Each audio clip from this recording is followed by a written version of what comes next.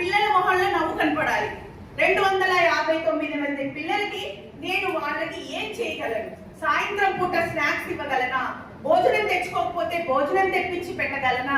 ఒక అమ్మగా ఆదరించగలనా? Sanitary napkins arrange చేయగలనా?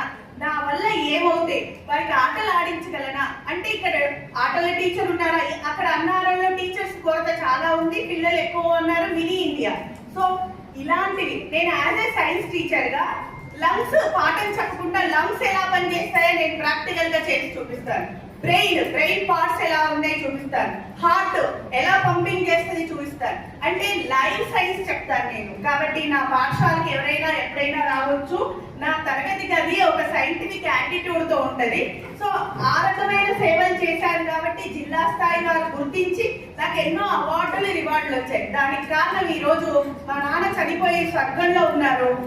నేను ఎప్పుడు నాన్న నువ్వు ఆ రోజు చెప్పింది నేను వినకుంటే ఎంత లాస్ అయిపోయేదాన్ని, ఇంత పవిత్రమైన వృత్తిలో ఉండి ఇంత మందిని నేను మోటివేషన్ చేస్తూ నడిపిస్తూ ఉన్నాను నాన్న, నీవు నాకు ఆదర్శం, నా హీరో అని చెప్పుకుంటాను. ఇక మా అమ్మ విద్యను విలువలతో నేర్పించింది.